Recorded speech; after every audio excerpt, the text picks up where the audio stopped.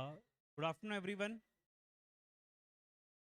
Now, the last of the times, what we were talking about is the definition of persons, and we all have studied in the last of the discussions that persons are liable for income tax. Now, what is a person? That is what exactly we were discussing. And in fact, income tax में 7 category of persons हैं जो हमने में आता है individual HUF AOP BOI company form residents sorry AOP BOI company firm local authorities and artificial juridical persons. There are 7 category of persons who are liable for income tax. Now out of the 7 category of persons we have already studied what is a company. We know company is liable for income tax and we have studied what is a company. Company शब्द की definition हमने पढ़ी, rather हमने सबसे पहले पढ़ा कि what is an individual. Individuals are liable for income tax. तो who exactly is individual, that is what we have studied. उसके बाद अगला आता है व्हाट इज HUF. तो we have studied what is an HUF. Then form, form include local authority. HUF अपने को as such पढ़ना है ना. उसके अलावा कंपनी का कंसेप्ट हमने काफी हद तक पढ़ लिया था, थोड़ा सा ही कुछ बचा था. Association of persons, body of individuals, this is what we have to study. It is left out right now. Local authority and artificial juridical person. So 7 category of persons are there, and in fact हमने कुछ 3 पढ़े अभी तक, individual and firm and company. Company का भी discussion वो last phase में अपना चल रहा था. हमने ये कहा था कि कंपनी जो होती है की डेफिनेशन इनकम टैक्स एक्ट में कुछ इस प्रकार से दी गई. Section 2 subsection 17 probably it was, और उसमें दिया हुआ है कंपनी मींस. तो जो डेफिनेशन है वो एग्जॉस्टिव है, जो लिखा है वही कंपनी है. और उन्होंने कहा कंपनी मींस इंडियन कंपनी और a body corporate which is registered under any law of a foreign country or any body or association which is declared by the CBDT as a company, or a body or association which was assessed as a company up to assessment year 70-71. तो ये कुछ concept अपन ने company का देखा था. Originally company जो होती है इनकम टैक्स में बेसिकली दो ही होती हैं, Indian companies and foreign companies. उसके अलावा जो दिया हुआ है वो इतना इंपॉर्टेंट नहीं है, वो कंसेप्ट डेप्रिकेटेड है ऐसा मैंने कहा था, उसका ज़्यादा रेलेवेंस नहीं है. CBDT ने किसी एसोसिएशन को कंपनी डिक्लेयर कर दिया, वो भी कंपनी है, ऐसा एक पॉइंट है. और एक पॉइंट है ऐसा इंस्टीट्यूशन जो 1970 तक कंपनी के रूप में असेस होता था, आज भी उसका इनकम टैक्स में जो असेसमेंट होगा वो कंपनी के रूप में होगा. अपने को पता नहीं 1970 तक कौन से असेसीज का इनकम टैक्स में कैलकुलेशन कंपनी के रूप में होता था, और आज भी उनका कैलकुलेशन कंपनी के. Don't know exactly what that organisation is. उसके बाद अगली चीज आती है जो हमने पढ़ा, what is an Indian company, what is a foreign company and what is a domestic company. तो जहां तक बात आती है अपन ने पढ़ लिया था what is an Indian company. Note से ही मैंने रेफर किया था कि इंडियन कंपनी में 3 पॉइंट है basically. A company which is formed and registered under the law of companies in India, companies act 1956, या law relating to Jammu Kashmir, law relating to union territories and any other law for the time being in force. तो वो एक point हुआ था Indian company का. दूसरा point था any company which is formed under a central state और provincial act. Central state और प्रोविंशियल एक्ट के अंतर्गत जो भी companies, they are regarded as Indian companies. जैसे कि गवर्नमेंट कॉरपोरेशन सारे जो हैं they are basically Indian companies. उसके बाद तीसरा पॉइंट आता है जो हमने पढ़ा, that is any institution which is declared by the CBDT as a company. तो जिस भी इंस्टीट्यूशन को CBDT ने कंपनी डिक्लेयर कर दिया है, इनकम टैक्स में उसका कैलकुलेशन का as if it is a company. ये बात भी अपन ने अपने डिस्कशन में एड्रेस कर ली थी. एंड देन उसके बाद once we were done with all this concept of what is an Indian company, दूसरा सवाल आया what is foreign company. Logically foreign company ये होना चाहिए था कि जो इंडियन कंपनी है वो इंडियन है, इंडियन के अलावा जो भी कंपनीज हैं वो फॉरेन कंपनी है, लॉजिकली तो यही होना चाहिए था। पर लॉ मेकर्स ने जो लिखा अपन ने देखा था, और उसमें लिखा हुआ है कि any company other than domestic company is a foreign company. Any company other than domestic company is a foreign company. तो डोमेस्टिक कंपनी क्या होती है और उसको एक्सक्लूड किया है। We had to understand the concept of domestic company, and there came this entire discussion कि देखो इसी ज़माने में ऐसा होता था कि डिविडेंड डिस्ट्रीब्यूशन टैक्स का कंसेप्ट होता था, अभी तो नहीं होता है। तो वो कंसेप्ट से ही अपने को बात क्लियर होगी। और मेरा हमेशा यही लॉ में कहना है, टैक्स पेयर हमेशा ये चाहता है कम से कम टैक्स लगे, और टैक्स कलेक्टर हमेशा ये चाहता है कि मैं ज़्यादा से ज़्यादा टैक्स ले लूँ। और इसी डिस्प्यूट में टैक्स पेयर कई बार बहुत अच्छी टैक्स प्लानिंग कर लेता है। वो कानून को इस तरीके से इंटरप्रेट करता है कि उसको कम से कम टैक्स लगे, और वो प्लानिंग करता है, टैक्स बचा लेता है, तो मज़ा आ जाता है। पर जो टैक्स कलेक्टर है, गवर्नमेंट है, उनको बहुत बुरा लगता है। And the golden rule which came out of our discussion was, जब गवर्नमेंट को बुरा लगता है तो वो अमेंडमेंट लाते हैं, वो कानून ही बदल देते हैं। ये पिछली बार अपन बात कर चुके हैं, just try to demonstrate it. तो डोमेस्टिक कंपनी की फिलॉसफी कैसे आई, वो कुछ इसी थ्योरी पर बेस था। हुआ कुछ ऐसा था कि कंपनीज जब अपने शेयर होल्डर को डिविडेंड देती हैं, तो कंपनी को लगता है डिविडेंड डिस्ट्रीब्यूशन टैक्स। वैसे तो डिविडेंड शेयर होल्डर की इनकम होती है, पर जब कंपनी अपने शेयर होल्डर को डिविडेंड देती तो कंपनी को एक टैक्स लग जाता है, dividend tax. Share holder exempt हो जाता है। समय कानून ऐसा था, जब ये पूरा चेंज आया, समय का कानून ये था कि कंपनी को टैक्स लग जाएगा और शेयर होल्डर एग्जम्प्ट। तो अब हमारे कुछ असेसीज थे, टैक्स पेयर थे, ABC ऐसा नाम था उनका, और उनने एक हॉस्पिटल सेटअप करना था। तो वो को ये प्रॉब्लम थी कि देखो हम बिजनेस करेंगे, कंपनी चलाएंगे, तो इनकम टैक्स लगेगा, वहाँ तक तो ठीक है, तो कोई प्रॉब्लम नहीं है, इनकम टैक्स हम देना चाहते हैं। पर अब आप ये कह रहे हो कि हमको डिविडेंड पे भी टैक्स लग जाएगा, कंपनी जब डिविडेंड देगी उस पर भी 20% की रेट पे डिविडेंड टैक्स लग जाएगा, ये बहुत ही हार्श है। और जब कंपनी मान लो 1 करोड़ रुपए कमा चुकी है, 1 करोड़ उन्होंने कमाए, तो उस पर 35% इनकम टैक्स दे दिया, 35 लाख रुपए हो गया।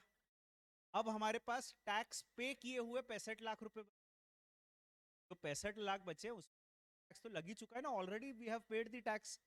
अब ये जो 65 लाख बचे हैं, इसको जब हम डिविडेंड के रूप में बांटेंगे, तो आप अगर फिर से इनकम टैक्स मांग रहे हो तो ये गलत है, अन्याय है, इलॉजिकल है, और बहुत ही बुरा, डबल टैक्सेशन। तो ये नहीं होना चाहिए। पर सरकार ने कहा हम तो लेंगे डिविडेंड टैक्स, डिविडेंड पे हम तो टैक्स लेंगे। तो लोगों ने ही अपने हिसाब से प्लानिंग करना चालू किया, और उनके चार्टर्ड अकाउंटेंट्स ने उनको सलाह दी, देखो डिविडेंड टैक्स जो लगता है वो तभी लगता है जब कंपनी इंडियन कंपनी, क्योंकि लिटरल कानून है, लिखित कानून है, तो हर शब्द इंपॉर्टेंट है। तो डिविडेंड टैक्स के कानून में लिखा हुआ था कि डिविडेंड टैक्स तभी लगेगा जब इंडियन कंपनी डिविडेंड देती। तो उन्होंने इस वर्ड को एक्सप्लॉइट किया। उन्होंने कहा कि अगर कंपनी इंडिया में ही रजिस्टर ना करें तो डिविडेंड टैक्स बच जाएगा, तो क्यों ना हम ऐसा करें कि कंपनी को इंडिया में रजिस्टर करें ही ना, इंडिया में रजिस्टर ना करके हम डिविडेंड टैक्स बचा लेंगे। ये लोगों ने प्लानिंग करना चालू कर दिया और उससे टैक्स बचाना चालू कर दिया, डिविडेंड टैक्स बच गया। कंपनी प्रॉफिट कमाती है, प्रॉफिट पे तो हम इनकम टैक्स देने को तैयार हैं, ठीक है, कोई प्रॉब्लम नहीं है। पर इस कंपनी को हम दूसरे देश में रजिस्टर कर देंगे, जिससे ये फॉरेन कंपनी बन जाएगी, और क्योंकि ये फॉरेन कंपनी बन जाएगी तो हमारा डिविडेंड टैक्स बच जाएगा। This is how they started this planning. और इस प्लानिंग को पूरी तरह से लोग करने, कई लोगों ने टैक्स बचाया, डिविडेंड टैक्स उनको था, उनको बहुत अच्छा लगा, पर कहीं ना कहीं ये बात लॉ मेकर्स तक पहुंच गई, और लॉ मेकर्स का कहना था ये तो गलत है, हम थोड़ी इस तरीके से लोगों को टैक्स बचाने दे सकते। तो उन्होंने कानून और उन्होंने एक नया नॉवेल कंसेप्ट दिया, वो कंसेप्ट था डोमेस्टिक कंपनी। डोमेस्टिक कंपनी का कंसेप्ट आया ही सिर्फ डिविडेंड डिस्ट्रीब्यूशन टैक्स के संदर्भ में था, और आज की तारीख में डिविडेंड डिस्ट्रीब्यूशन टैक्स खत्म भी हो गया है। फिर भी ये डोमेस्टिक कंपनी का कंसेप्ट कानून में चला आ रहा है। डोमेस्टिक कंपनी का कंसेप्ट आया, फिलॉसफी ये थी कि वो कंपनी जो इंडियन कंपनी है वो तो डोमेस्टिक है ही, उस पर तो डिविडेंड टैक्स लग ही जाएगा, प्लस वो कंपनी जो भले ही फॉरेन में रजिस्टर्ड है पर कहीं ना कहीं वो इंडिया में बिजनेस, पैसा यहीं कमा रही है, यहीं के शेयर होल्डर हैं, डिविडेंड यहीं बांटने वाले हैं वो। तो अगर ऐसी कोई कंपनी है जो भले ही फॉरेन में रजिस्टर्ड है पर बिजनेस इंडिया में कर रही है, उसे हम डोमेस्टिक कंपनी, से भी डोमेस्टिक कंपनी, और उस पर भी डिविडेंड टैक्स लगाएंगे। तो उन्होंने दो चेंजेस किए।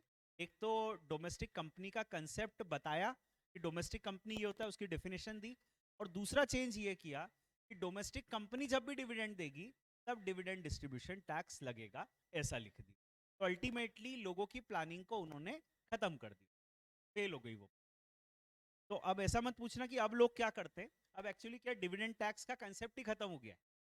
आज की तारीख में क्या होता है वो पहले अपन कानून पढ़ लें फिर बात करेंगे। तो आज की तारीख में एज सच क्योंकि डिविडेंड टैक्स के ही कानून नहीं है, ये सब प्लानिंग अलग ही लेवल पे कुछ चलती होगी, बट डिविडेंड टैक्स की जहां तक बात आती है, वो जब था उसी बैकग्राउंड में ये डोमेस्टिक कंपनी का कंसेप्ट आया था। You should go to your notes, I hope you have got the notes now, printed notes are with you and soft copy also with you. some people got the soft copy, yes। चलो कुछ लोगों के पास है, पता नहीं बाकी लोगों के पास क्यों नहीं। कुछ चैप्टर्स ही दिए थे, खैर मैंने 2 चैप्टर्स ही दिए थे, तो अगर आपके पास सॉफ्ट कॉपी है तो well and good, soft copy नहीं है तो I will check it after the batch how why it is not with you, अपन देख लेंगे बाद में। अभी फिलहाल की जो बात आती है, क्योंकि प्रिंटेड नोट्स हैं और नहीं भी है तो आप स्क्रीन पे देख सकते हैं, कोई प्रॉब्लम नहीं है। डोमेस्टिक कंपनी शब्द की definition,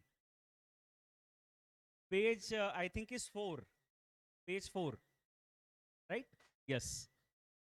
domestic company, section 222A, that is the section. As per section 222A, domestic company means,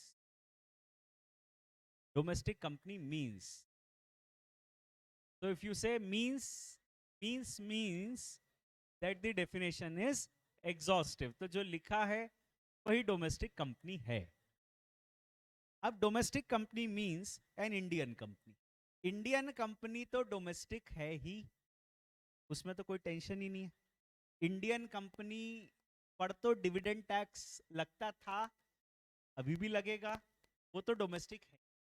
उसके अलावा B point is very important, any other company, basically foreign company, any other company, foreign company which in respect of its income liable to tax under the act, in respect of its income which is liable to tax under the act, मतलब ऐसी income जिस पर income tax act में tax लगता, in respect of such income is liable to tax under the act, ऐसी income जिस पर India में इनकम टैक्स लगता, ऐसी income in respect of which income is liable to tax under the act, they have made arrangements for declaration and payment of dividend in India। इसको अगर बहुत simple शब्दों में मैं कहूं तो उनका ये कहना है कि जो आप इंडिया में कमा रहे हो पर इंडिया में आप डिविडेंड दोगे, कमा कहाँ रहे हो, इंडिया में, और डिविडेंड कहाँ दोगे, इंडिया में। वो इनकम जो आप इंडिया में कमा रहे हो उस पर इंडिया में डिविडेंड देने का आपने अरेंजमेंट किया है। अगर आप ऐसा करते हो तो हम आपको डोमेस्टिक कंपनी कहेंगे। वो फॉरेन कंपनी, जैसे हमारे एग्जाम्पल में, जो हमने एग्जाम्पल लिया था क्लास में, हमारे एग्जाम्पल में कुछ दोस्तों ने मिलके इस कंपनी को वियतनाम में रजिस्टर कर दिया था। अब ये कंपनी वियतनाम में रजिस्टर्ड है, मतलब ये फॉरेन कंपनी है एज सच, क्योंकि इंडिया में रजिस्टर्ड नहीं है।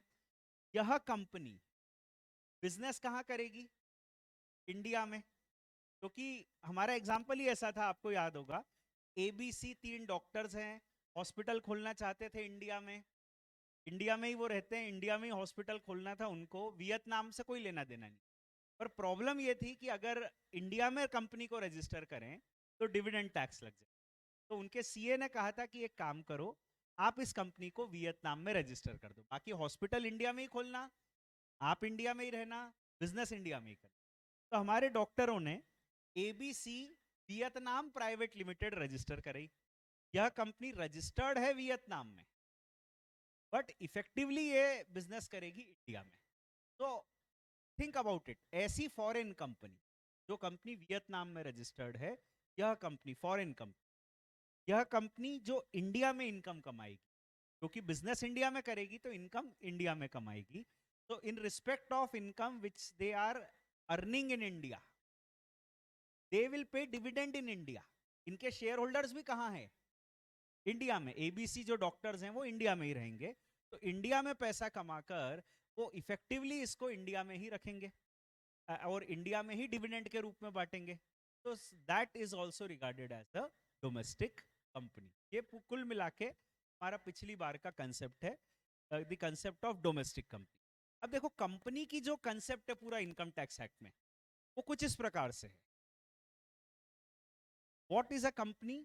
If I talk about it some style of sets theory, सकता है आपने सीए फाउंडेशन में या स्कूल में कभी सेट्स थ्योरी पढ़ा हो, स्टैटिस्टिक्स और उसमें।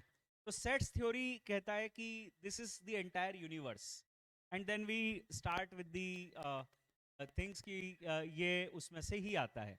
तो sets theory, what is a company? The entire universe is a company, whether it is registered in India, whether it is registered outside India, the entire universe is the company. India में register करो तो भी company है, foreign company भी company है। अब इसमें से हमने कहा कि व्हाट इज इंडियन कंपनी, तो इंडियन कंपनी की डेफिनेशन कानून में दे दी। Indian company is basically what? A company registered in India and government company, basically this is Indian company.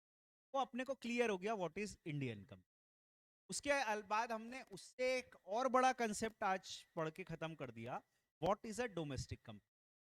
तो हमने ये कहा कि इंडियन कंपनी तो डोमेस्टिक है ही, इंडियन कंपनी तो डोमेस्टिक है ही, इसके अलावा कुछ फॉरेन कंपनी भी डोमेस्टिक हो सकती हैं। वो फॉरेन कंपनीज जो इंडिया में कमाकर इंडिया में ही डिविडेंड बांटती हैं, वो फॉरेन कंपनीज डोमेस्टिक हैं। और इसके अलावा दुनिया की तमाम companies are foreign companies. The entire universe as such is a foreign company, right, except a domestic company. कुल मिला के कंपनी का कंसेप्ट है जो इनकम टैक्स एक्ट में दिया गया। ठीक है, तो ये बात हो जाती है अपनी। हालांकि डोमेस्टिक कंपनी का कंसेप्ट अब इतना काम नहीं आता है क्योंकि डिविडेंड का टैक्सेशन खत्म हो चुका है। तो एज सच एक दो जगह और डोमेस्टिक कंपनी का कंसेप्ट काम में आएगा। इन जनरल डोमेस्टिक कंपनी का कंसेप्ट अब इतना काम में नहीं आता है। Now we are done with, out of the 7 category of persons we are individual, we are done with company and we are done with firm. 3 category of persons अपने हो गए। अब अपन अगला कैटेगरी ऑफ पर्सन पढ़ेंगे, Hindu undivided family, HUF को पढ़ते हैं। Hindu undivided family एक पर्सन है इनकम टैक्स में, मतलब हिंदू अनडिवाइडेड फैमिली को भी अलग से इनकम टैक्स लगेगा। It is also a taxable person in the income tax, उसको अलग से इनकम टैक्स लगेगा। इसमें कोई कंफ्यूजन अपने मन में नहीं होना चाहिए। अब मेरा ये क्वेश्चन है, what is Hindu undivided family, what is an HUF? So let me ask it to you, what is an HUF? जो जनरेशन से चला आ रहा है वो HUF है। नहीं नहीं नहीं नहीं नहीं, ये मजा नहीं आया लोगों को आपकी डेफिनेशन में। इसलिए मजा नहीं आया क्योंकि हमको पहले कॉमन सेंस में नहीं जाना चाहिए, हमको पहले ये पूछना चाहिए कि सर क्या HUF की डेफिनेशन इनकम टैक्स एक्ट में है? That is your question, you should ask. मेरा कहना है बेटा नहीं, HUF की डेफिनेशन इनकम टैक्स एक्ट में नहीं है। फिर आपका क्वेश्चन, क्या HUF की डेफिनेशन जनरल क्लॉजेस एक्ट में है? मेरा कहना है नहीं बेटा, HUF की डेफिनेशन जनरल क्लॉजेस एक्ट में नहीं है। So what is HUF for income tax? You have to understand it in common sense. अब आपकी डेफिनेशन बिल्कुल सही है. अब आप क्या बता रहे थे? Right, that is how we have to drill down sometimes. So HUF in the common sense मतलब परिवार साथ में मिलकर जो बिजनेस कर रहा है कुछ जनरेशन से, परिवार कुछ जनरेशन से साथ में मिलकर बिजनेस कर रहा है, वो HUF है. और कुछ joint Hindu family, Hindu undivided family, अभी वो स्कूल में रहता है शायद कॉमर्स के सब्जेक्ट में, business studies and commerce, you have that HUF. Foundation में भी रहता है, फाउंडेशन में भी था. बहुत ही बढ़िया, फिर तो क्या है. तो कॉमन सेंस आप ही पे छोड़ देता हूं मैं, थोड़ा सा अपन रिव्यू कर लेते हैं बस. तो what is HUF in the common sense? You said family is doing business together. थोड़ा मैं लिखने की कोशिश करता हूं. To have HUF there is a family and that family is doing some business together, right? एक करता होता है, family business, and it is done for generations. family business since generations. और आपने बताया करता होता है, करता. यस. हिंदू सक्सेशन एक्ट का कानून भी इस पर लगता है. गुड. हिंदू सक्सेशन एक्ट का कानून इस पर लगता है. और हिंदू अनडिवाइडेड फैमिली है. somebody said it online that परिवार हिंदू होना चाहिए. the concept of Hindu undivided family, नहीं ऐसा नहीं है. अच्छा, जो आप कह रहे हो वो मैं मान लेता हूं कि हिंदू अनडिवाइडेड फैमिली हिंदुओं पे लगता है, और हिंदू में जैन, सिख, है ना, बुद्धिस्ट, मोनार्च बहुत सारे आ जाते हैं. क्रिश्चियंस भी हो सकते हैं. अच्छा, तो आप जो कह रहे हो मैं मान लेता हूं. अभी मैं अपनी बात अलग से बताऊंगा. चलो, ये पुश्तैनी संपत्ति होती है यहाँ पर, एंसेस्ट्रल प्रॉपर्टी भी होती है, ऐसा somebody is saying. ओके, तो very good. A person becomes the member of HUF by birth. This is one very important thing which I was looking for, because you cannot have an HUF by agreement, right? You can only create HUF by birth. Very good. And then the liability of karta is unlimited. And there are some people who are called as co-partners, right? Co-partners. And the liability of co-partners is limited, you said, right? Okay, good. And at least 2 generation is needed to create HUF. 3 generation, 2 generation, 2-3 पीढ़ियां होनी चाहिए. चलो, 2-3 generations needed. Okay, so very good. कर्ता की liability unlimited है, उसको ही सारी responsibility है. बुक्स वगैरह रखने की भी रिस्पॉन्सिबिलिटी कर्ता की है. और यहाँ पे somebody said, I think you said it, that दया, भाग्य और मिताक्षरा कुछ होता है, ऐसा कुछ ना. 2 systems. दया भाग्य में, दया भाग्य सिस्टम में male members are only there. Mitakshara में वो सिर्फ वेस्ट बंगाल में दया भाग्य है, मिताक्षरा है, ऐसा कुछ है. हाँ जी, please.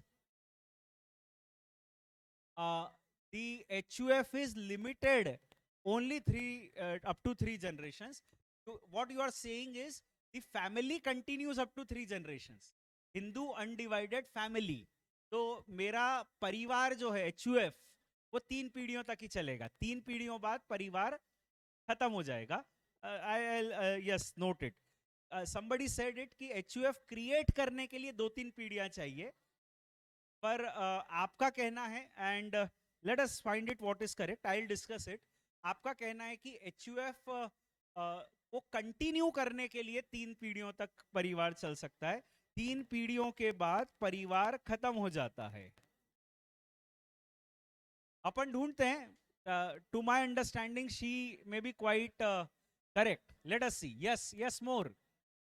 HUF cannot earn income from salary. Somebody said it online. H and commission. Rent कमा सकता है, एच कमा सकता है, अपन देखेंगे, चलो बात करेंगे. बाकी at least salary and commission can not be earn by HUF. सब क्योंकि HUF is created by birth, तो sharing of the members is by, अच्छा चेंज होता रहता है, बड़े होते हैं तो.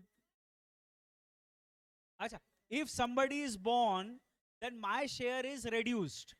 परिवार में ज्यादा बच्चे हो गए तो मेरा हिस्सा कम हो जाएगा.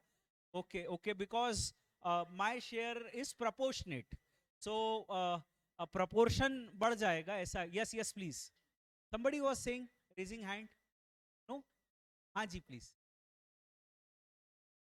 Bye marriage. Okay, you are saying that a person can become a member by birth as well as by marriage. By marriage also, Aishwarya Rai became the member of Amitabh Bachchan's HUF, right? So I agree to what you are saying. Yes, yes, please. Yes, yes. It's okay. It's okay. It happens. Yes. After some amendment which came out some years back, female members can female members can also become members karta of the HU. Some amendment has come out. So no, she can become member and karta of the HUF. Okay. Anything else from that side? Nobody spoke. HUF, Hindu undivided family. HUF. Yes, yes, please. Powers to contract is always with karta. Karta, because he is the head of the family, so he has the authority to enter into contracts on behalf of the HUF. I agree to that proposition. Yes. And somebody said it that way. After Karta's death, the elder member of the family takes the position. So Karta is basically the eldest person of the family somewhat. And अगर कर्ता की death हो गई तो जो भी eldest है शायद वो कर्ता बन जाएंगे, ऐसा किसी ने कहा. और कुछ? हाँ जी, अब बताइए. To have a family, the family should be undivided. Undivided मतलब परिवार जो साथ में रहता है, जिनका साथ में किचन है और साथ में कॉमन वर्शिप प्लेस है. ठीक है, कोर्ट्स ने बिल्कुल आप जो कह रहे हो वो सही कहा कि they have to live under one roof. They share a common kitchen and common worship place. Then only there is a family. अगर सब अलग रहते तो परिवार कहाँ हुआ वो? So they need to have undivided family. Jointly they have to live, right? Good. And anything else? Yes, we said it. HUF cannot earn income from salary. Yes, please shoot. Could not hear. Minimum members are, how many members are minimum? Maximum members पे limit नहीं है.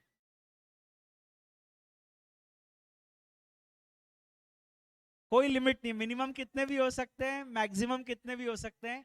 ऐसा कह रहे हो क्या आप? यही कह रहे हो, सही कह रहे हो. मिनिमम कितने भी हो सकते हैं, मैक्सिमम तो कितने भी हो सकते हैं. तो टैक्स प्लानिंग पे है अपनी कि अपन कितनी टैक्स प्लानिंग करते हैं उस पे है. Yes yes yes. Anything else? Done. चलो अब अपन बात करते हैं. Let us talk about the Hindu undivided family concept.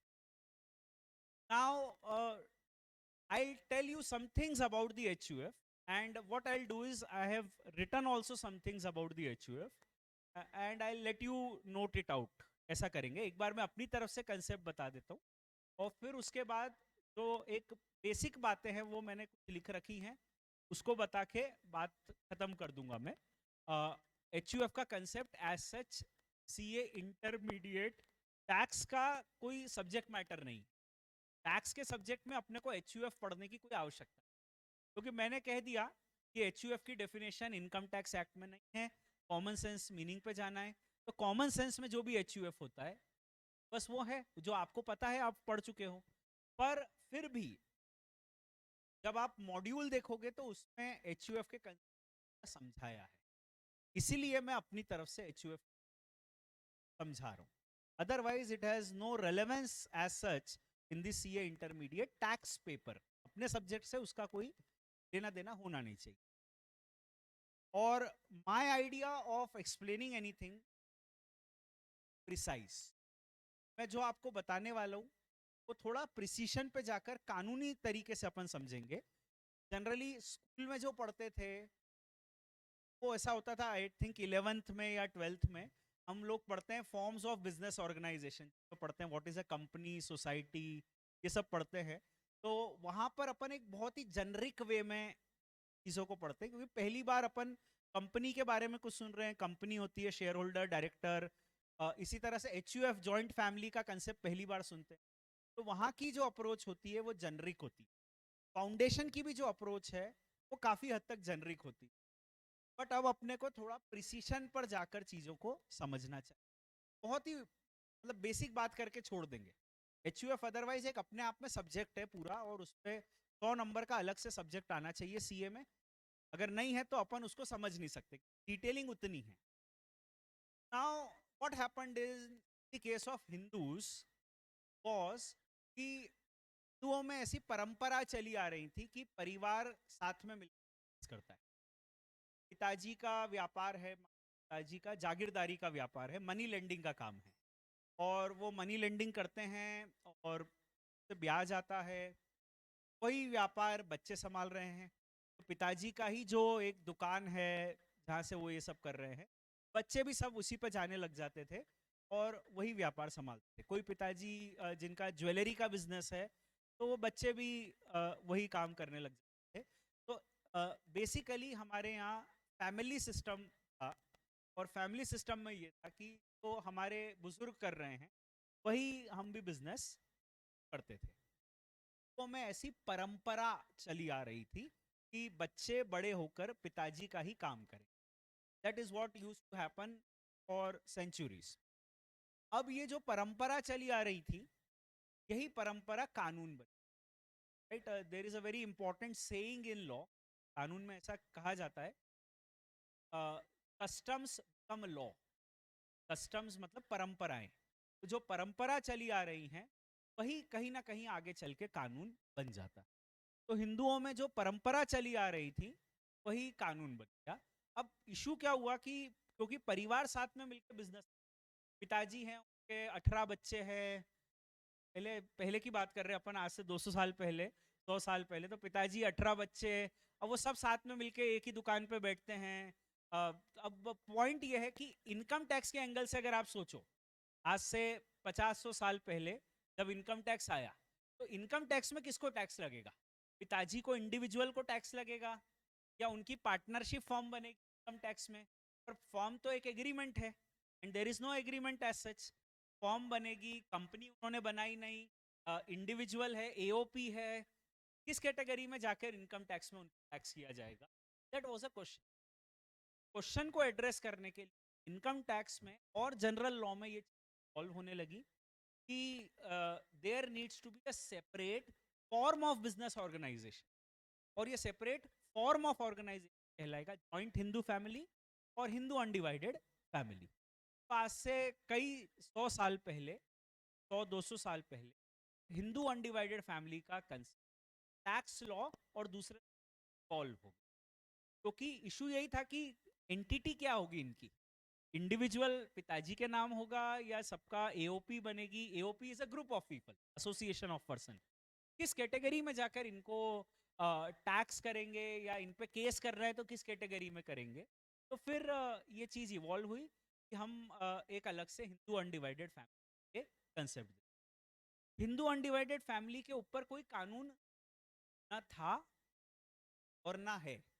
Hindu undivided family, जैसा कि हमने कहा, it is law of customary law है, परंपरा की कानून बनी।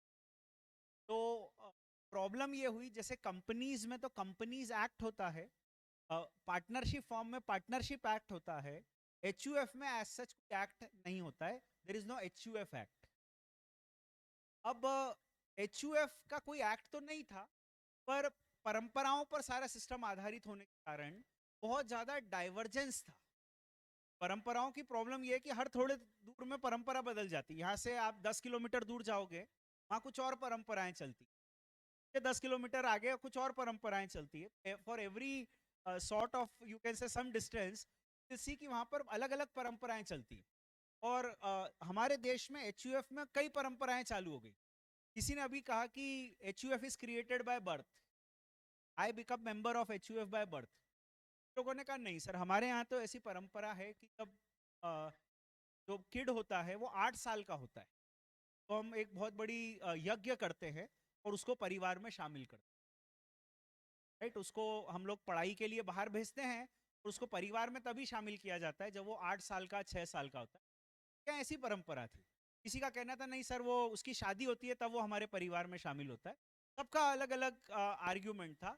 And problem with it was, आप अदालत में जाके उसको एस्टेब्लिश कैसे करो? कानून तो कोडिफाइड और सिस्टमैटिक होना चाहिए कि यही कानून है। अदालत में जाके कैसे बताओगे कि आपके परिवार में क्या परंपरा है, और जज को कैसे समझ आएगी वो बात? हिंदू अनडिवाइडेड फैमिली, एक कानून आया which was Hindu succession act. Hindu, somebody said it, Hindu Succession Act 1956. It governs the Hindu undivided family. Actually Hindu Succession Act तो सक्सेशन का कानून। सक्सेशन का कानून मतलब मृत्यु का कानून, कि मेरी मृत्यु, मेरी संपत्ति का बंटवारा कैसे हो।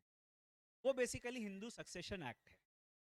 जब हिंदू सक्सेशन एक्ट में आया, तब उन्होंने HUF की सारी परंपराएं खारिज कर, उन्होंने कह दिया कि we disregard all the customs are prevailing in the country. पूरे देश में जितनी भी परंपराएं चली आ रही है, हम उनको डिसरिगार्ड करते, और अब बस दो ही परंपराएं चली, Mitakshara and Dayabhaga. There will be only two types of HUF that way, that is Mitakshara and Dayabhaga. All other types of HUF are disregard. Right, आपके परिवार में होगी परंपरा, अब वो खारिज हो जाती, अदालत नहीं मानेगी। अदालत सिर्फ ये मानेगी कि या तो आप दया भाग्य या मिताक्षरा वाली परंपरा। And in fact, Daya Bhagya is applicable typically in the north-east belt, Assam, Meghalaya, Orissa, West Bengal. Daya Bhagya. And Mitakshara is applicable in the rest of India. Hindu Succession Act 1956, it is applicable only for Mitakshara law. Hindu succession act में दया भाग्य का कानून नहीं। उन्होंने कहा दया भाग्य के छोड़ के जो HUF होता है उसके लिए हम कानून दें, that is the Mitakshara. Hindu Succession Act, which is applicable for all of us across the country, that is for Mitakshara law, and it is giving only some things, some provisions of HUF. As such, HUF का कोई complete law नहीं है। HUF एक personal law है, एक customary law है, कोई कानून से गवर्न नहीं। HUF के बारे में कुछ प्रतिबंध हिंदू सक्सेशन एक्ट में। अगर आपसे कोई पूछे कि HUF का कौन सा कानून है, कोई भी कानून नहीं। हिंदू सक्सेशन एक्ट में तो सिर्फ कुछ प्रतिबंध दिए गए हैं HUF के बारे में, वो भी मिताक्षरा वाले HUF। दया भाग्य को लेकर सक्सेशन एक्ट में भी कुछ नहीं दिया है। I am just telling you things from the history, from the legal side, that's it. अब कुछ राज्यों में उन्होंने इवन HUF के कॉन्सेप्ट को अबॉलिश किया, क्योंकि उनके यहाँ कहना था कि साहब हमारे यहाँ तो इतिहास से कभी HUF का कंसेप्ट था ही नहीं, हम तो बहुत ही अलग कल्चर फॉलो करते थे, और परिवार साथ में मिलकर बिजनेस करता है, वो कंसेप्ट तो हमारे यहाँ था ही नहीं, तो why do we need to have that HUF concept in our state. तो कुछ राज्यों ने HUF का कंसेप्ट को अबॉलिश कर, और उसका क्लासिकल एग्जांपल केरला है।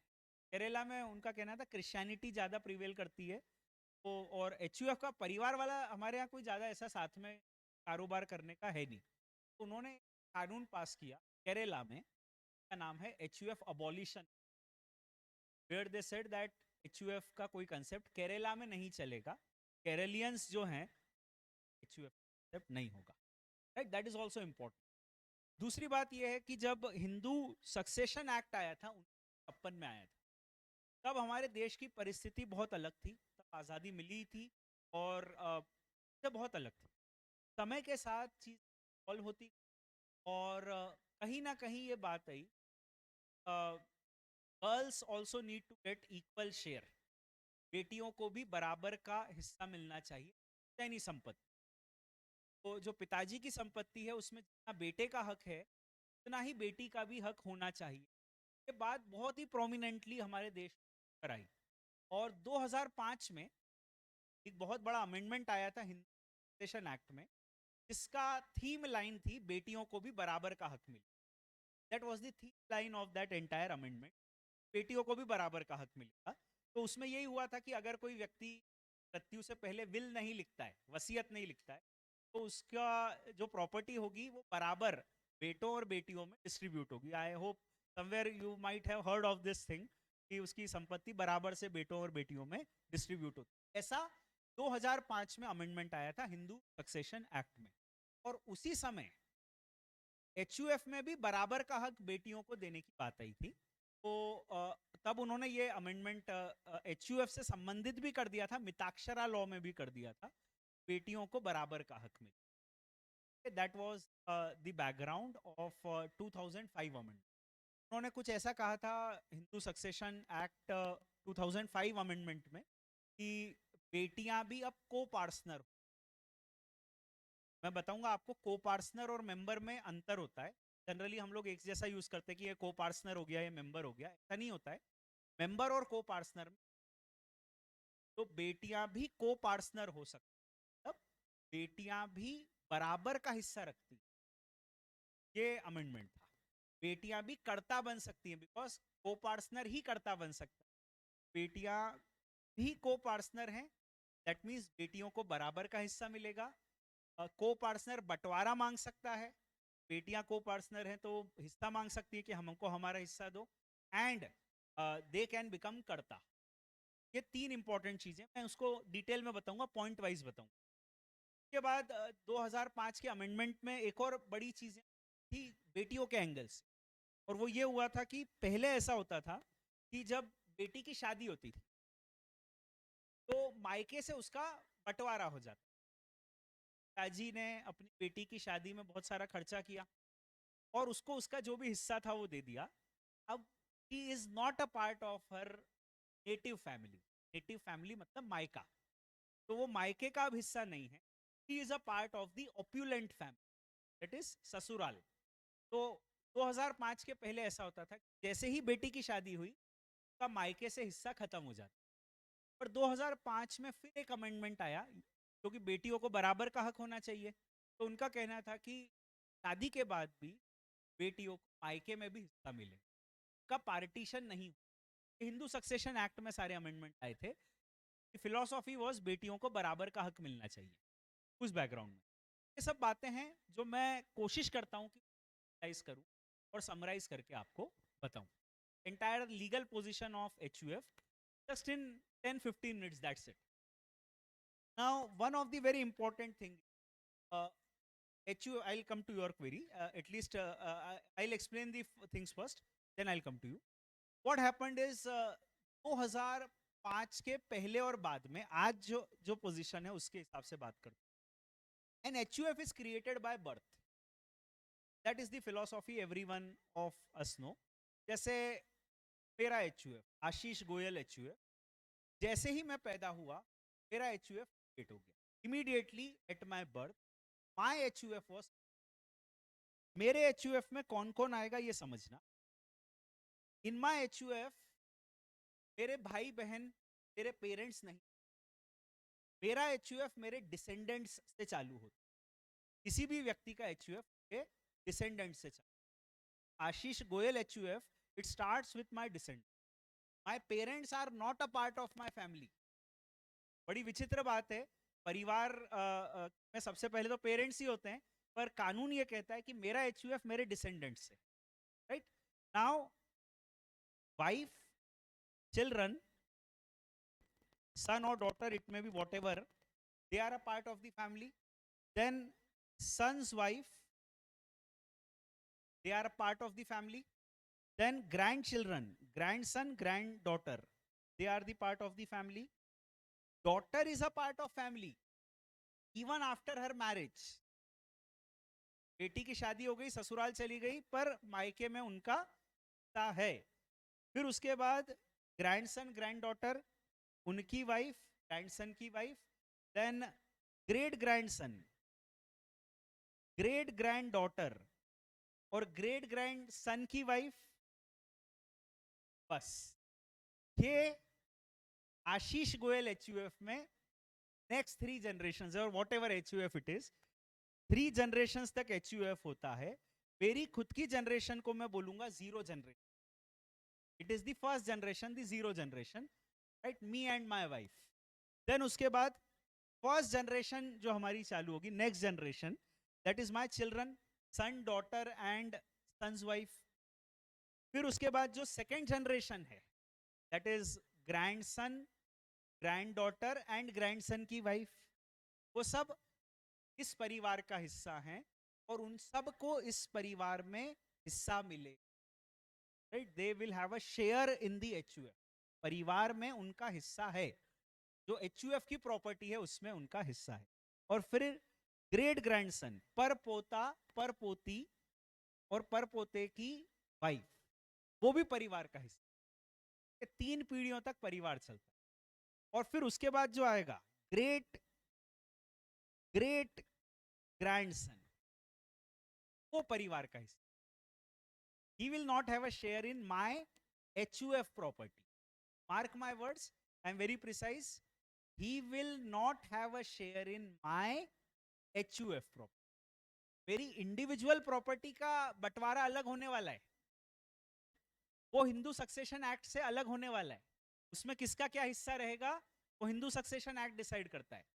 मेरी एचयूएफ की प्रॉपर्टी की बात कर रहा हूं. एचयूएफ की जो प्रॉपर्टी है उसमें 3 पीढ़ियों तक लोग जो रहते हैं उनका हिस्सा है, 3 जनरेशंस तक, apart from my own generation.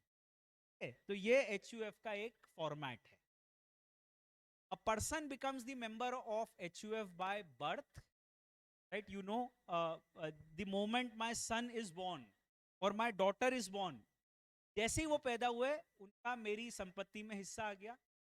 मतलब वो मेरे एचयूएफ का हिस्सा हो गए. उनका खुद का एचयूएफ अलग बनेगा उनकी 4 जनरेशंस तक, उनकी नेक्स्ट 3 जनरेशंस तक, right. My HUF is different, my father's HUF is different, my son's HUF is different. सबका अलग अलग एचयूएफ है. मेरा मेरे फादर के एचयूएफ में भी हिस्सा है क्योंकि वहां मैं नेक्स्ट जनरेशन हूँ, राइट. ग्रैंडफादर के एचयूएफ में भी हिस्सा है क्योंकि वहां पे मैं सेकंड जनरेशन हूँ. ग्रेट ग्रैंडफादर के एचयूएफ में भी हिस्सा है, वो अलग एचयूएफ है सब. मेरा खुद का एचयूएफ क्रिएट हो गया जैसे ही मैं पैदा हुआ, और उसमें जैसे ही मेरे चिल्ड्रन हुए वो भी इस एचयूएफ का हिस्सा हो गए. ग्रैंड चिल्ड्रन होंगे वो भी इस एचयूएफ का हिस्सा हो जाएंगे. Person becomes the member of HUF by birth और by marriage, right. My wife became the member of my HUF the moment she was married to me, and my son's wife, she will become the member of our HUF, my HUF, the moment she is married to him. इस तरीके से होगा concept.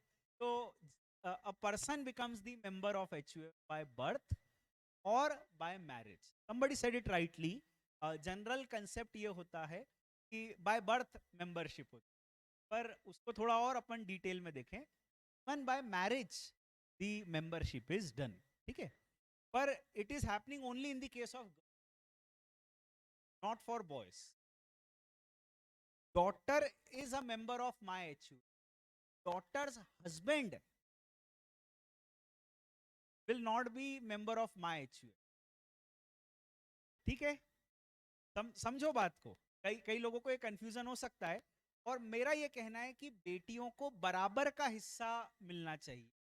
अब ये बराबर कैसा बराबर है कि मुझे नहीं समझ में आया.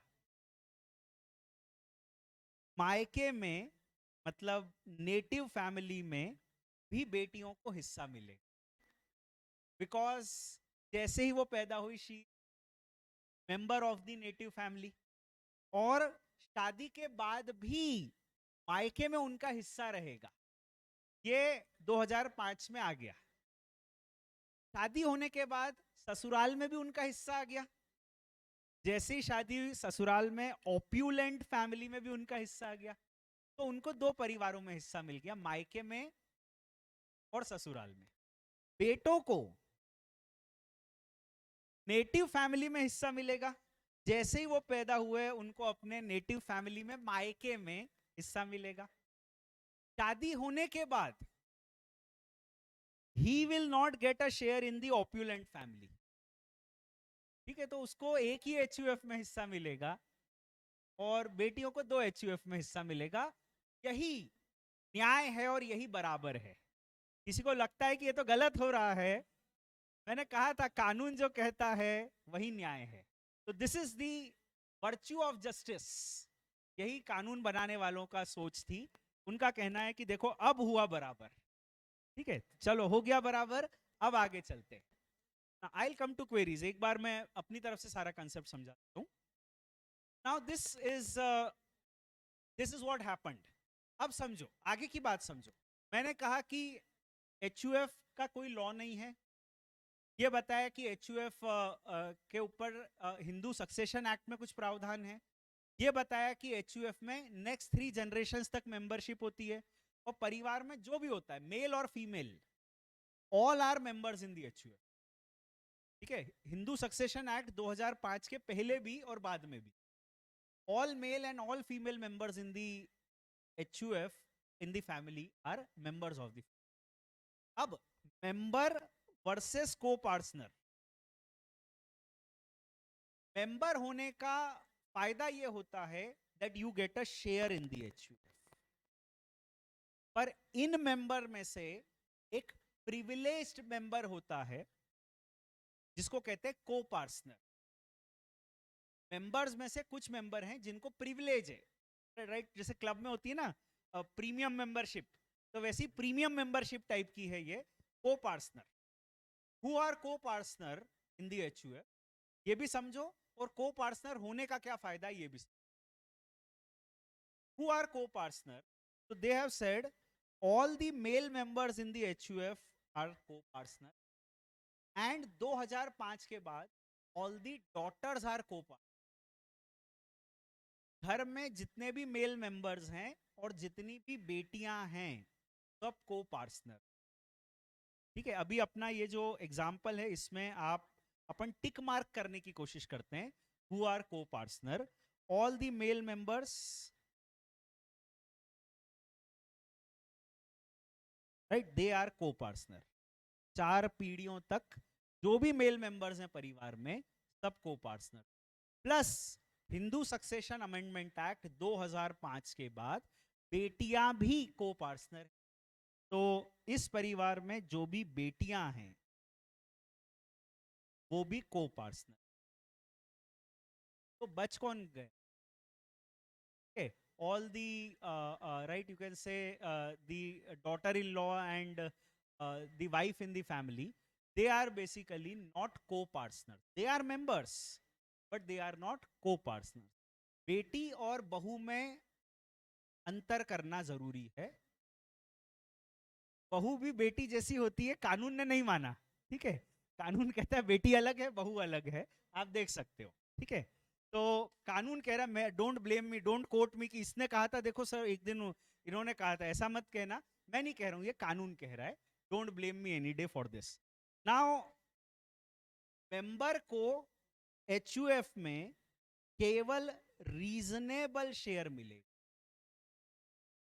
A member will get only a reasonable share in the, but a co-partner gets an equal share. Co-partner is a privilege and a co-partner gets an equal share. अब रीजनेबल शेयर और इक्वल शेयर में अंतर ये है, courts ने कहा कि reasonable share वो होता है तो उस व्यक्ति को जीवन चलाने के लिए जरूरी है। क्या वो कितना जरूरी है, that depends on facts and circumstances of each case, वो अदालत ही तय करेगी। पर कोर्ट ने बेसिकली ये कह दिया कि रीजनेबल मतलब इक्वल से तो कम ही होगा, ठीक है। प्रॉपर्टी में 1 करोड़ का अपना हिस्सा बनता है इक्वल बेसिस पे, पर उनका कहना है कि 1 करोड़ नहीं मिलेगा आपको, क्योंकि आपको केवल रीजनेबल शेयर मिलेगा, वो हिस्सा जो आपको जीवन चलाने के लिए जरूरी है। तो a member basically gets only a reasonable share in the HUF, but a co-partner gets equal share.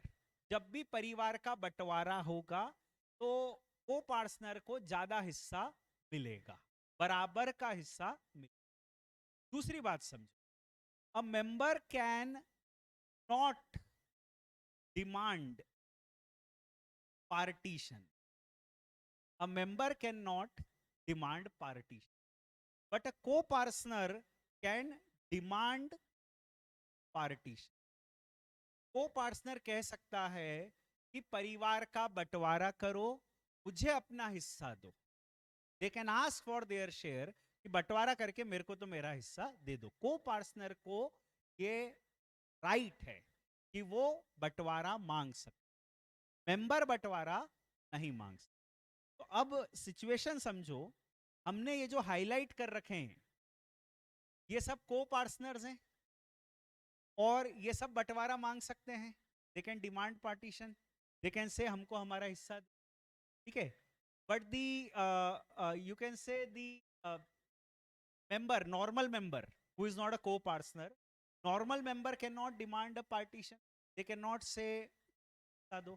तो अभी जैसे सन की वाइफ है, वो इसी परिवार में रहती हैं, यही रहती हैं, साथ में रहती हैं, उनको परिवार में बहुत तकलीफ आ रही है, नहीं जम पा रहा joint family, but she can not demand partition because he is not a को पार्टनर। पर जो घर की बेटी हैं, शादी हो गई, ससुराल चली गई, वो तो अब अलग अपने घर रहती हैं, पर वहां बैठे बैठे वो कह सकती है कि परिवार का बंटवारा करो, मायके का बंटवारा करो। उन्होंने फोन किया और पूछा सब सकुशल चल रहा है, और मायके में सबने कहा हाँ सब बढ़िया चल रहा है एकदम। उनको बहुत बुरा लगा, उन्होंने कहा ऐसे कैसे सब अच्छा चल रहा है, बंटवारा अभी करो। She can demand partition, right, she has a right to demand partition. Think about it, कानून है। उनने कहा सब बराबर, सब बराबर होने चाहिए, बेटियों को बराबर का हिस्सा मिलना चाहिए, तो बराबर का हिस्सा दे दिया। Now think about it, I mean let us be practical. Son one की वाइफ हैं, वो इसी परिवार में रहती हैं, she can not demand partition because she is a member only, right, but indirectly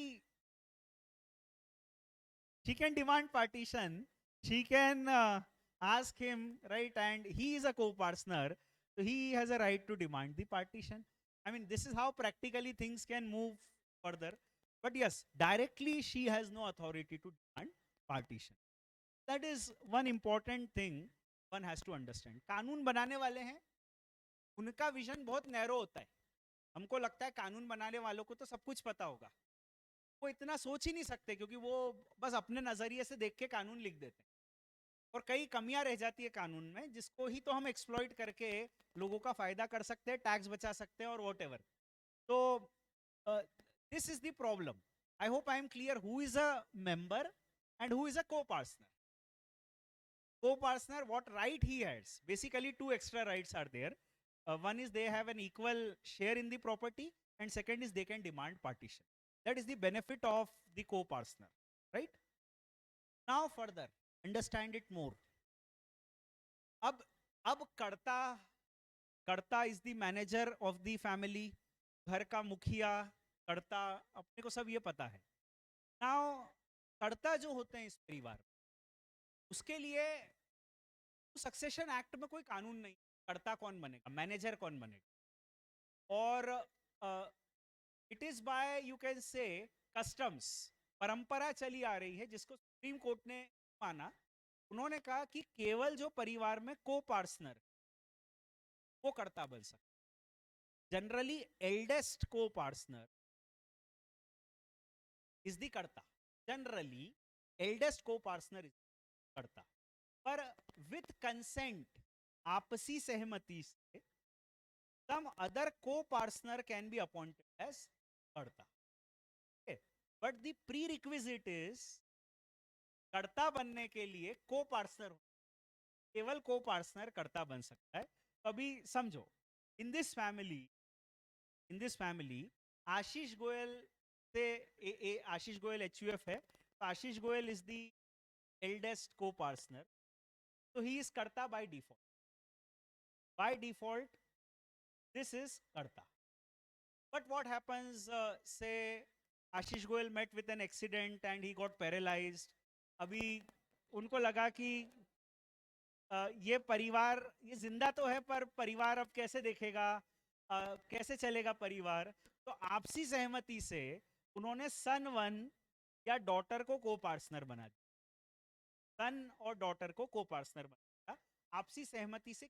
और को पार्टनर को भी कर्ता बनाया जा सकता है, but definitely it is for sure that the wife, because she is not co-partner, she cannot become karta. ये पक्की बात है, wife cannot become karta because she is not a co-partner. तो अभी co-partner कौन बनेगा? son और daughter. राइट, कर्ता कौन बनेगा? the son और daughter. I hope I am clear.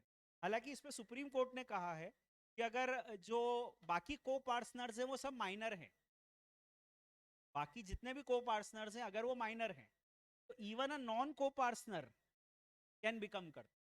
वैसे तो कर्ता बनने की प्री रिक्वायरमेंट है कि आपको को-पार्टनर होना चाहिए, पर अगर जितने भी को-पार्टनर हैं अगर वो माइनर हैं तो वो कर्ता का फंक्शन नहीं निभा सकते। तो फिर ऐसी परिस्थिति में a non co-partner can be treated as karta. And this is how the law runs, right? Eldest co-partner is karta, and by consent some other can become karta.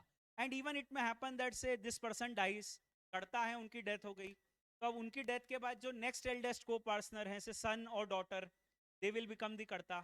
सन और डॉटर में से जो भी एल्डेस्ट हैं उनकी डेथ हो गई मान लो, तो नेक्स्ट पर्सन, नेक्स्ट को पार्टनर विल बिकम द कर्ता बाय डिफॉल्ट। म्यूचुअल कंसेंट से कोई और भी कर्ता बन सकता है, उसमें कोई प्रॉब्लम। तो चलो ये अपना कर्ता और को पार्टनर वाला कंसेप्ट खत्म होता है। और बातें मैं बताता हूँ, समझो।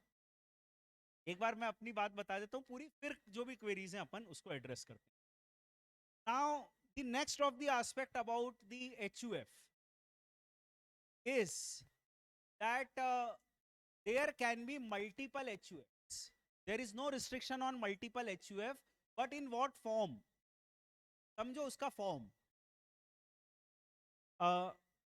जैसे ग्रैंडफादर, उनका एक अलग HUF है, ग्रैंडफादर HUF। उनकी 4 जनरेशंस तक उनके परिवार के लोग रहेंगे, और जब 4 जनरेशंस खत्म हो जाएगी तो उनका परिवार खत्म हो जाएगा।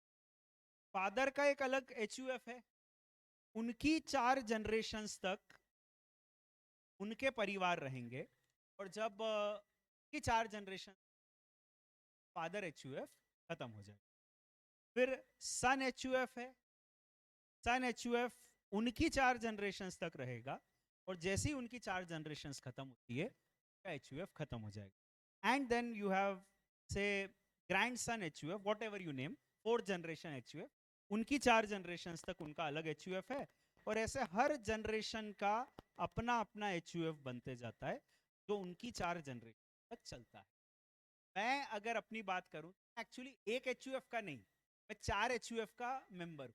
हर व्यक्ति 4 HUF का मेंबर होता है, खुद का HUF, फादर का HUF, grandfather HUF and great grandfather.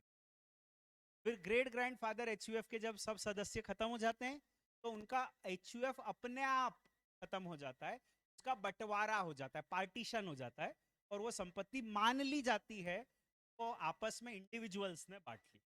इसी प्रकार से चारों HUF। अब देखो again, for boys they have membership in 4 HUF, for girls they have membership in 7-8 HUFs. That is the principle of equality. उनको अपने खुद का HUF, फादर का HUF, ग्रैंडफादर HUF और ग्रेट ग्रैंडफादर HUF में तो हिस्सा है ही। उसके अलावा ससुराल जाने के बाद उनको अपने हस्बैंड का HUF, फिर फादर इन लॉ का HUF, फिर ग्रैंडफादर इन लॉ का HUF और ग्रेट ग्रैंडफादर इन लॉ का HUF। तो इस तरीके से 8 HUF में उनको हिस्सा मिलता है। बंटवारे के समय 8 HUF में हिस्सा है और बॉयज को 4 HUF हिस्सा है। बराबरी का कानून तो ऐसे ही बनता है। तो यह है इक्वालिटी का प्रिंसिपल। हाँ, ये तब है जब विल नहीं लिखी हो। देखो, will is about more about individual property. Will is more about individual property. तो अभी अपन बात कर रहे हैं एचयूएफ प्रॉपर्टी। बाकी विल वाली जो बात है, तो मैं अपने एचयूएफ का हिस्सा भी अपनी मर्जी से बांट सकता हूँ। रियलिटी में ऐसा ही होता है, ऐसा ही होता है रियलिटी में। ये कानून तक में अभी तक सुप्रीम कोर्ट तक मामले गए नहीं है, कि अभी तो 15 साल ही हुए इसको आए हुए। कानून को जब 30-40 साल होते हैं तब जाके केसेस उस पर आने चालू होते हैं। अपने यहाँ न्याय जो है बहुत जल्दी मिलता है लोगों को। तो इंडिया में एक लॉ कमीशन है, उन्होंने रिपोर्ट दी थी कि इंडिया में एवरेज समय जो एक व्यक्ति को लगता है वो 64 साल लगता है न्याय लेने में। ठीक है, तो इसलिए मैं कह रहा हूँ 30-40 साल बाद एक्चुअली इसके ऊपर, लॉ के ऊपर क्लेरिटी आने लगती है। तब तक लॉ बदल देते हैं वो। तो इसीलिए सीए और वकीलों का काम कभी खत्म नहीं होता। कानून बनाओ, 30-40 साल तक हम लड़ेंगे, फिर नया कानून बना दो, फिर लड़ेंगे, चलता है। अपने दाल रोटी पे कोई आँच नहीं आती है, कोई प्रॉब्लम नहीं है। अब समझो, देखो एचयूएफ में क्या होता है। कॉमन लॉ में, अगली बात बता रहा हूं, कॉमन लॉ में HUF is created by birth. जैसे ही मैं पैदा हुआ, मेरा एचयूएफ बन गया कॉमन लॉ में। और इनकम टैक्स में, अब इनकम टैक्स की अलग से बात कर रहा हूं, इनकम टैक्स में मेरा एचयूएफ कब रिकॉग्नाइज होगा, इसको समझो। इनकम टैक्स में मेरा एचयूएफ रिकॉग्नाइज होगा जब मेरी family complete, Hindu undivided family, there are 3 words, तो देयर शुड बी हिंदू। कई लोगों ने कहा वो हिंदू होने चाहिए, सिख, बुद्धिस्ट, मोनार्च, वो सब भी हिंदू का हिस्सा होते हैं।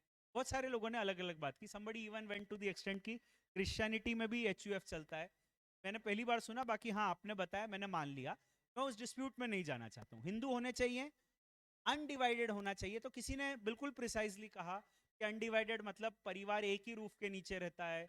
मैंने उसको लीगल भाषा में कहा, they live together, they eat together and they pray together. घर में मंदिर एक है, मतलब they worship place, common worship place है, और कॉमन किचन है, तो वो परिवार साथ में रहता है माना जाता है, कोर्ट्स ने कहा। वो सब बातें आपको हो सकता है आपने सुनी। My focus is on the word family.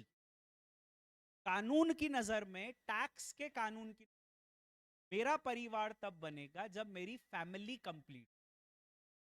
मेरी फैमिली कब कंप्लीट, इस पे क्लेरिटी थोड़ी सी नहीं है, कि कब इनकम टैक्स में एचयूएफ कंप्लीट माना जाए।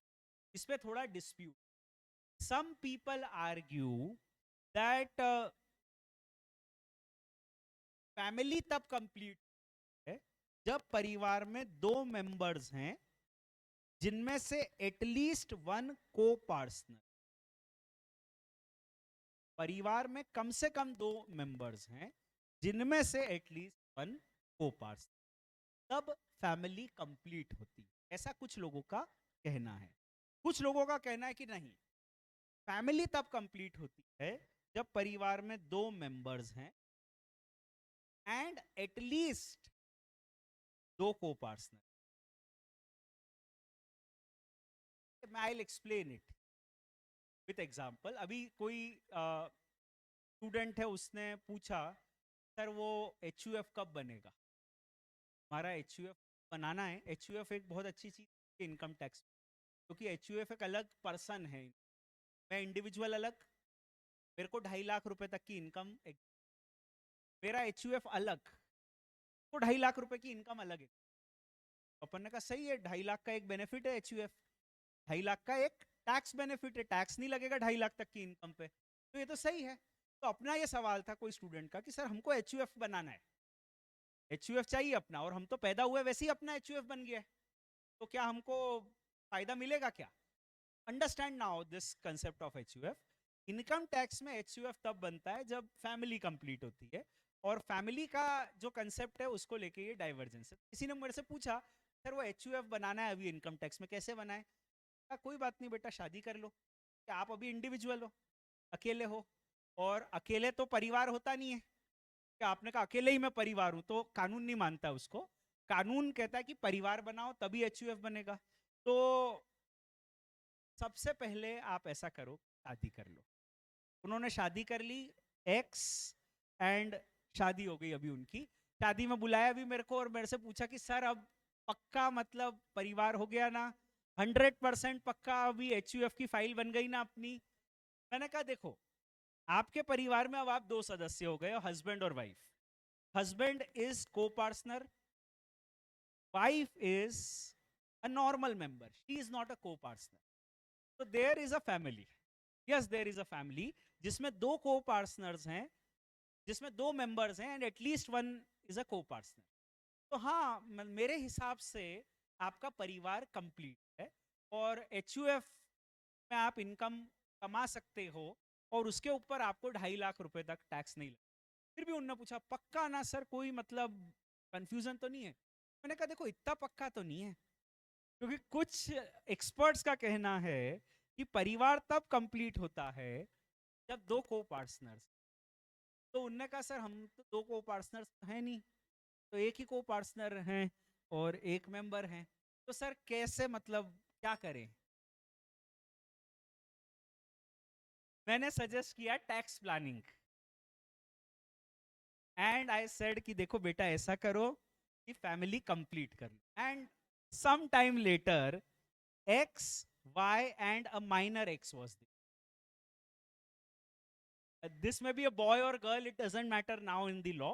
2005 के बाद sons and daughters both are को पार्टनर। तो अभी इस परिवार में दो को पार्टनर हो गए, X and minor X, right? So दो को पार्टनर हो गए। अब उन्होंने फिर पूछा अस्पताल से ही फोन करके कि सर अब परिवार कंप्लीट है ना, एचयूएफ है ना, अब फाइल बन जाएगी ना अलग? मेरा कहना है अब सर्टेनिटी है, अब कोई कंफ्यूजन नहीं है, कोई कुछ भी बोले, अब इनकम टैक्स में HUF is complete. This is how there is a divergence. कोई पूछ सकता है सर एग्जाम में आए तो क्या करना है? देखो एग्जाम में ये सब नहीं आता है कि परिवार का कंप्लीट होगा। इसलिए नहीं आता है क्योंकि अपना सब्जेक्ट वैसे भी इनकम टैक्स से, एचयूएफ का कानून नहीं है। एचयूएफ में तो अपन बहुत ज्यादा डिटेल में चले गए, और इनकम टैक्स या एचयूएफ का भी कानून हो तो जहां डिस्प्यूटेड पॉइंट होता है वो एग्जाम में नहीं पूछते। तो आंसर क्या देगा व्यक्ति? डिस्प्यूटेड पॉइंट्स को अक्सर एग्जाम में नहीं पूछा जाता है। अपनी बात कंटिन्यू करके कंक्लूड करने के लिए मैंने पूरी बात बता दी। तो अब from my side it is done. अब now if people have a query online and in the batch, if anybody has a query, yes please. किसी को पार्टनर ने डिमांड करी बंटवारा करना है, जरूरी नहीं है कि पूरे परिवार का बंटवारा। बंटवारा दो प्रकार का होता है, partial partition and complete part. तो मान लो मैंने बोला मेरे को परिवार का बंटवारा करना है, तो हो सकता है कि इन माय रिस्पेक्ट परिवार का बंटवारा, partly in respect to me, तो मेरे हिस्से में जो असेट्स आते हैं वो मुझे दे दिए जाएं, बंटवारा। कर्ता नहीं कर सकता है मना। अ को partner has a right to demand partition, and if he demands, karta has to do the party. Can demand, he can demand means other person has to accept it. Yes, yes please. अगर कर्ता ने partition demand, नहीं, कर्ता चाहे तो वो पूरी HUF को भी खत्म कर सकता है ना। देखो पार्टीशन दो प्रकार का होता है, फिर मैं कहता हूं पार्शियल और कंप्लीट। तो there can be a complete partition also, there is no restriction. Karta कह सकता है कि मैं तो पूरे परिवार का हिस्सा करूंगा, अलग ही होना है ना तो सब अलग हो जाओ। पिताजी को गुस्सा है, एक दिन बहुओं का झगड़ा चल रहा था, पिताजी जोर से चिल्लाए सब अलग हो जाओ, कर सकते हो।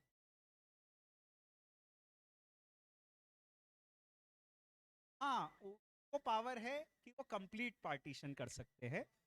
वो पार्टनर डिमांड करेगा and others have an objection, बाकी सब कह रहे हमको नहीं अलग होना, मत हो अलग आप, ठीक है? There can be a partial partition also, yes, there is no problem with that. Now another, somebody asked it online, can a Muslim girl be a member of HUF? even if her place of worship would be different. I think what you are asking is precisely that a Muslim girl marries a Hindu boy, and now after the, ऐसा शायद आप कुछ पूछ रहे होगे तभी ये बात आई, क्योंकि otherwise Muslims में they don't have the concept of HUF. So what I can understand precisely is कि मैरिज हो गई, अब वो हिंदू बॉय से मैरिज के बाद can she still be a part of the HUF? मेरा देखो ये कहना है कि आपको मैरिज एक्ट पढ़ना चाहिए उसका। मेरे को नहीं पता इसका आंसर कि जैसे सिक्किम में भी मैंने यही कहा था कि सिक्किमीज की नॉन सिक्किमीज से शादी हो जाए तो क्या होता है, उसके लिए मैरिज का कानून इंपॉर्टेंट है। अपने यहाँ जो कल्चर चला आ रहा है वो ये है कि मैरिज के बाद girls adopt the culture of the husband's family.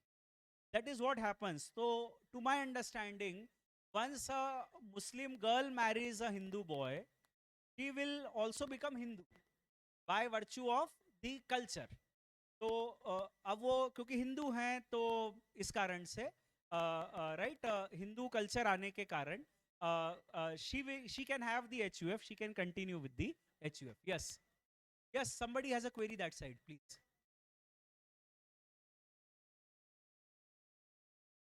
Yes, she can be a karta because she is a co-partner. As a co-partner, ससुराल में रहकर भी उनको मायके में हिस्सा भी है, को पार्टनरशिप भी है, और को पार्टनर होने के कारण वो कर्ता भी हो सकती हैं, बिल्कुल हो सकती है।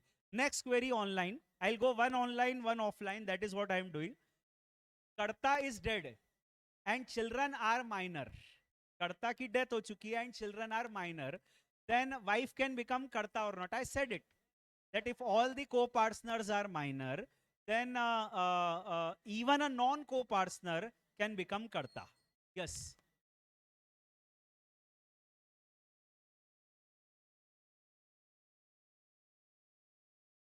स्टेट गवर्नमेंट को राइट है कि वो HUF के कानून को अबॉलिश कर सकते हैं, ऐसा संविधान में 7 शेड्यूल में दिया है।